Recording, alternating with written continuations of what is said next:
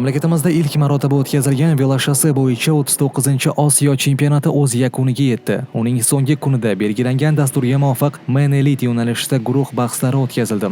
19 mamlakatdan tashrif buyurgan 62 nafar sportchilar 2020-yil Tokioda o'tadigan Olimpiya o'yinlari yo'llanmasini qo'lga kiritish uchun bellashdi. Umumiy uzunligi 166,6 km bo'lgan masofaga start poytaxtdagi International Tashkent mehmonxonasidan berildi va velosportchilar Beldirsoy dam olish hududida o'rnatilgan finish tomon yo'l olishdi. Qizg'in kechgan bahsda musobaqa favoritlaridan bo'lgan Qozog'iston terma jamoasi a'zosi Yevgeniy Gidich marraga birinchilardan bo'lib yetib keldi va Osiyo chempioni degan nomga ega chiqdi.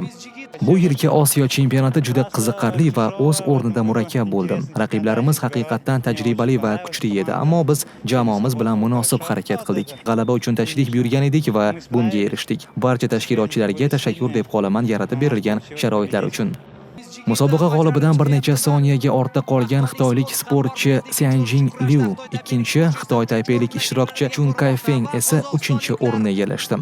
Shu o'rinda qo'shimcha qilish kerak, bu kabi yirik musobaqa mamlakatimizda ilk bora o'tkazilayotganiga qaramay, u barcha xalqaro standartlarga muvofiq tarzda tashkil etildi.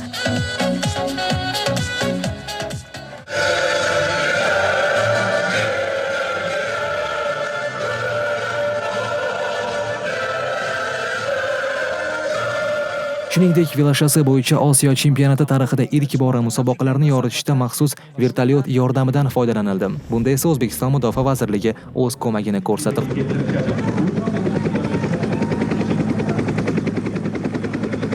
qolaversa, Germaniyaning HD Skycam va Turkiyaning Saran hamda kamera texnik kompaniyalari ham teletranslyatsiyalarni keng ko'lamda amalga oshirishga yordam berishdi.